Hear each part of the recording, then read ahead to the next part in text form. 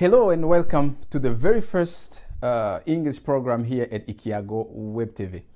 Although it's very hard to say what's going on in Burundi or explain what's going on since 2015, there are facts that prove the existence of great efforts to bring stakeholders in the Burundi crisis under the mediation of the former president of Tanzania, Benjamin William Mkapa.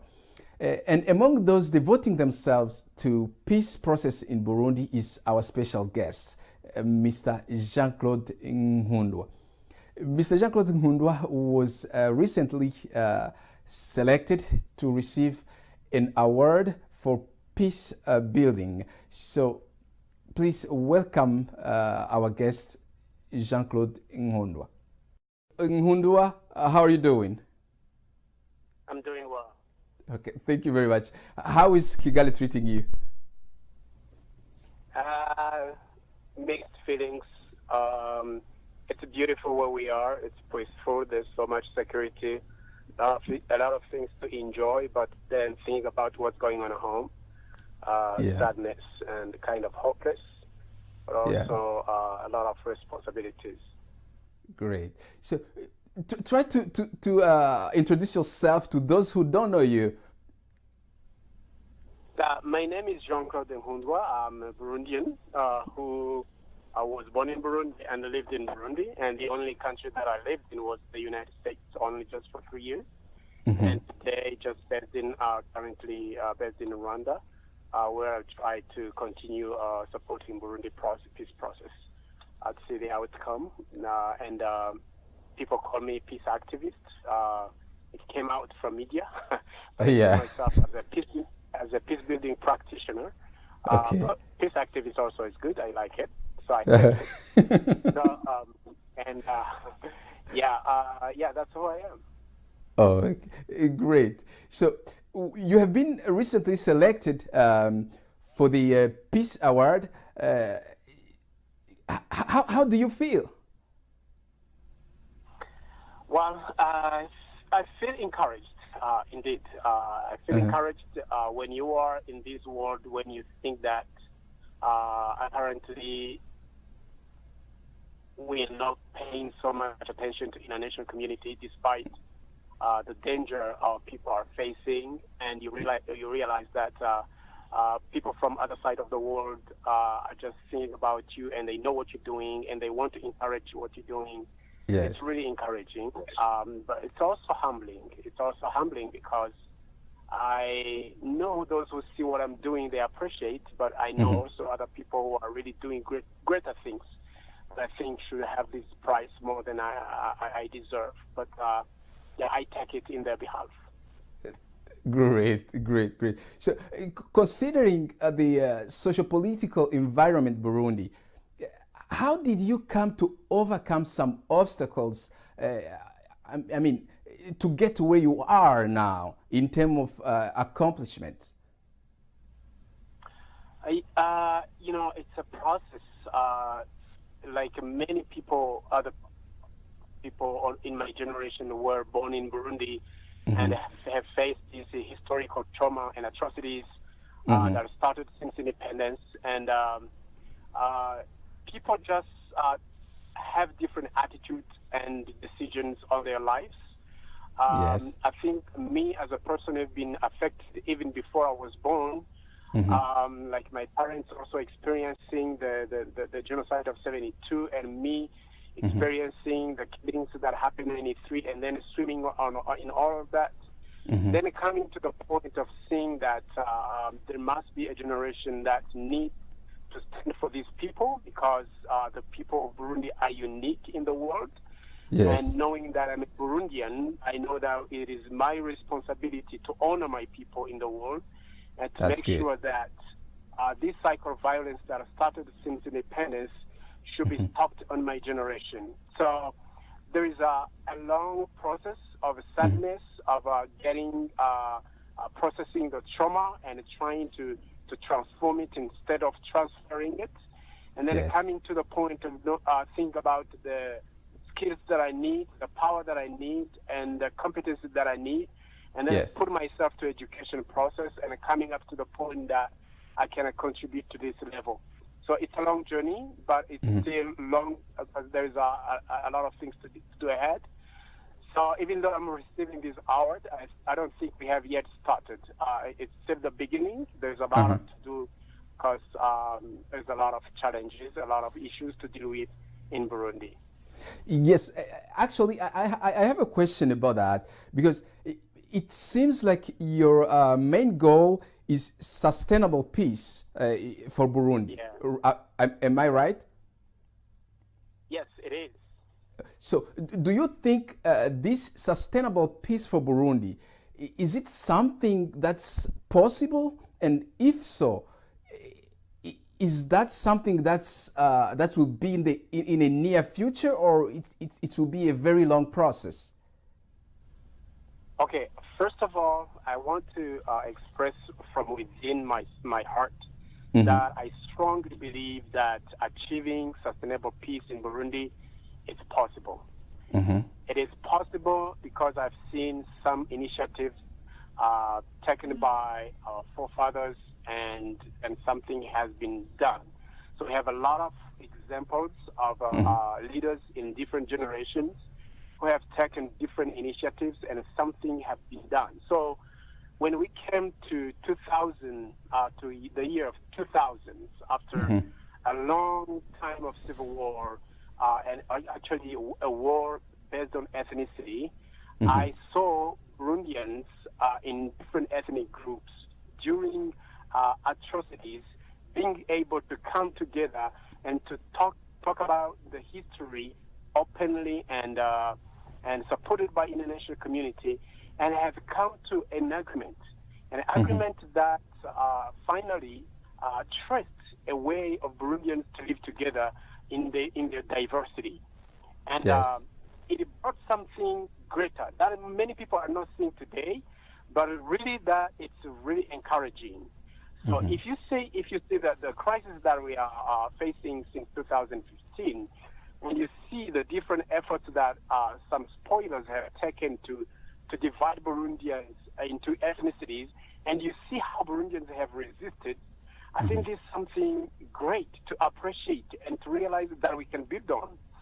So no one could believe that Hutus and Tutsis in Burundi will understand one day that they will live together. And for the 10 years that Pierre Nkundwa spent in power, we've seen people really dealing with the ethnic differences and divisions. And actually, many people came to believe that it is possible that we can live together. That's why the third term was resisted by all people together, Hutus and Tutsis, and everyone is just pushing back anyone who's bringing the ethnic narrative to divide us again. So this encourages me, and it tells me that we can put another step ahead to build this unity, and then bring strong institutions supported by credible and faithful leaders, and then be able to face the challenges that bring back us again. So this is possible, and I can see that it's possible even in the near future. What we need is just to have this space that we're claiming to see in Arusha, a space that is inclusive, so that people can talk genuinely about the issues that are dividing Burundians. So if we manage to get this space, I have a strong conviction that we will move to another step, following to the step that we made in 2000, and then it's going to be very hard for any unpatriotic leader to draw us back again. So I have this faith that it is possible. Yes, let me come back to Arusha 2000. You just mentioned that with the Arusha 2000, Burundi got to peace. But most scholars, even the government of Burundi and the former president at that time, Pierre Buyoya, they seem to show that the negotiation per se didn't bring about peace, but peace was brought after there was a ceasefire between some parts who were fighting. So do you think now, if stakeholders go to the mediation or the facilitation, I don't know what terms they use, so do you think that only that will bring about peace, or do you see the necessity of what I can call armed peace, or forces, getting to fight so that both parties can have balanced power?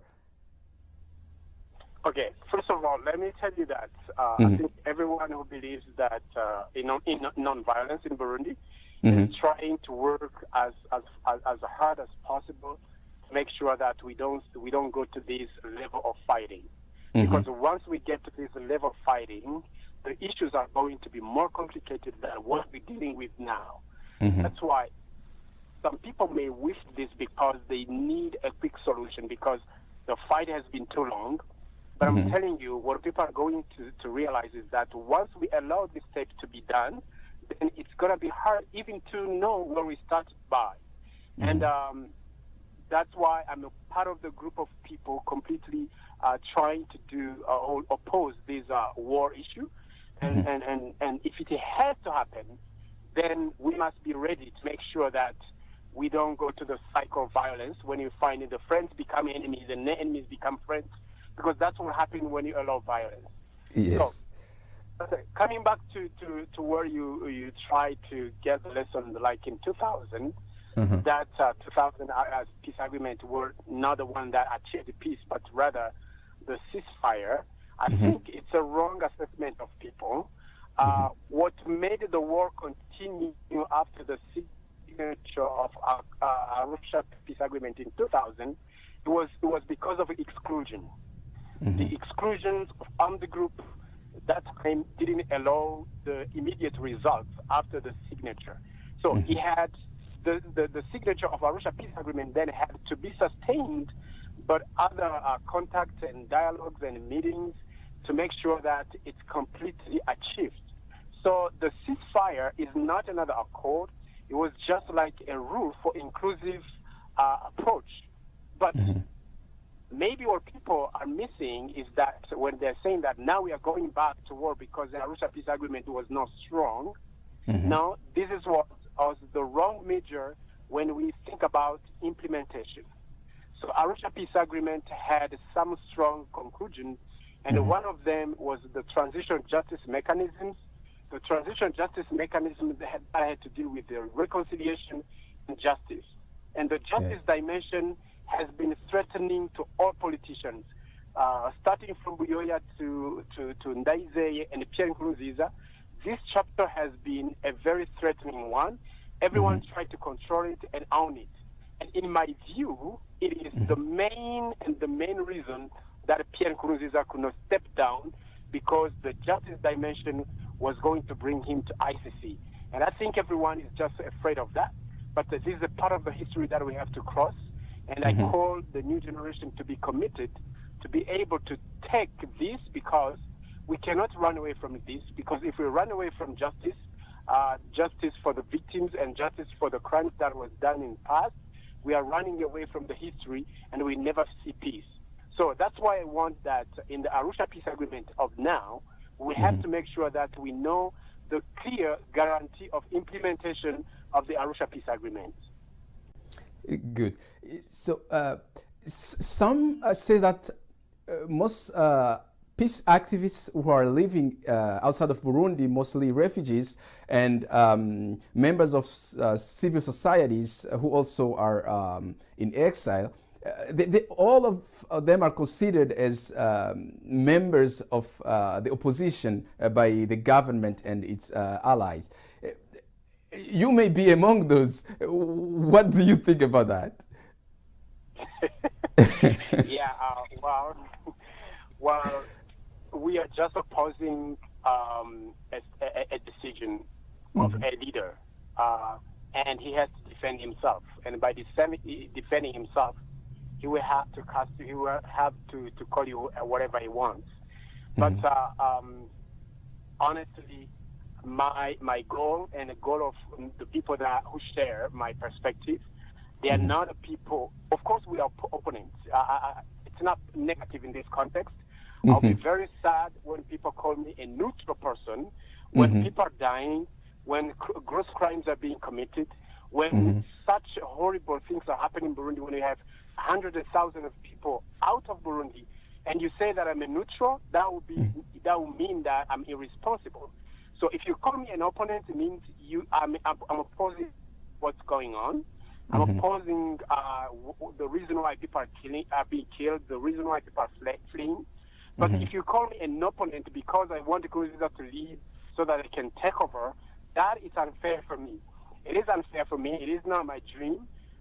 My dream is just to make sure that we as Burundians, we as a people, have a respect and dignity that we naturally have in the eyes of international community. That Burundians are known as people who can organize their state and their lives without any interferences, that the leaders of Burundians can care of their people more than white people and others. Those that we are blaming today, who seem to defend the victims, when actually the victims are being killed by the rulers. So I want to see a Burundi when rulers care about Burundians, not just like the other people care about them. So, that's who I am, and I'll be very happy if people call me like an opponent to that side. But I'm not speaking on behalf of others, because those who are fighting to take over in politics have other reasons too. I don't think it's completely negative. Thank you very much. So there is another question, but let us first take a very quick and short break, and we'll be back. Thank you. People get it ready. Yo man, we got it ready now. GG7 is coming. We're gonna step on the enemy. Get ready. Remember that. Step on the enemy. Everybody's gonna step on the enemy. Step on the enemy. Everybody's gonna step on the enemy. Step on the enemy. Everybody's gonna step on the Come on, enemy. step on the enemy. Everybody's gonna step on the enemy. We really wanna tell them what I know what I feel. I tell the microphone lift his name. Yes, we no shame, me know he knows my name. That's why me can sing it, that's now we no fear. Because that's how they conquer the Lion of Judah. He died on the cross just for my sins. That's why me can sing now, that's why me can praise him. Step on the enemy. Everybody's gonna step on the enemy. Step on the enemy. Everybody's gonna step on the enemy. Step on the enemy. Everybody's gonna step on the Come on, enemy. step on the enemy. Everybody's gonna step on the enemy. We really give it power over everything. That's why me can't fear anything. Cause me know him think so high of me. Jesus for the altar of my salvation. He conquer the enemy, the Golgotha. Devil has no power upon my life. Devil has no power upon my life. Say devil has no power upon my life. Step on the enemy. Everybody's gonna step on the enemy.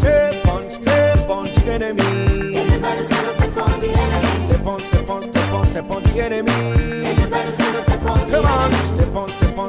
step on the enemy. Everybody's gonna step on the enemy. Step on the enemy. Everybody's gonna step on the enemy. Step on the enemy. Everybody's gonna step on the enemy.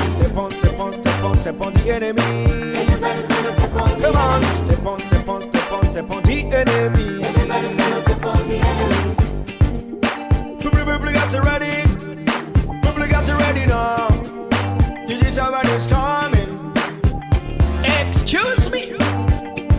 I belong to Jesus, you know. Yeah. Devil has no power in my life.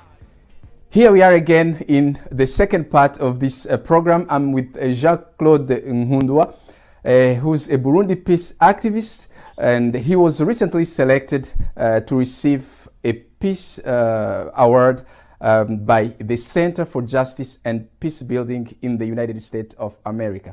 So Nkundwa, I have another question regarding how hard is your job, or what you're doing, and you are not yourself. There are other many peace activists around there, and Burundian peace activists.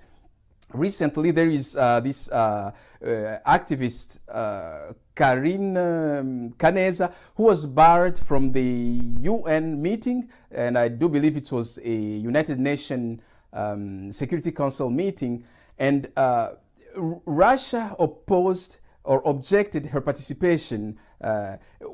What do you think about that? Yeah, it's really frustrating because it's not even the first time. Because last year, I and other people like Jack Ravel Muningma, Marie-Louise Varichako, and others tried to go to the UN Security Council to let them hear about what's going on in Burundi. And yeah, we were welcomed, but some of the members really didn't want to listen to us. So now what has just happened for Karine is so discouraging.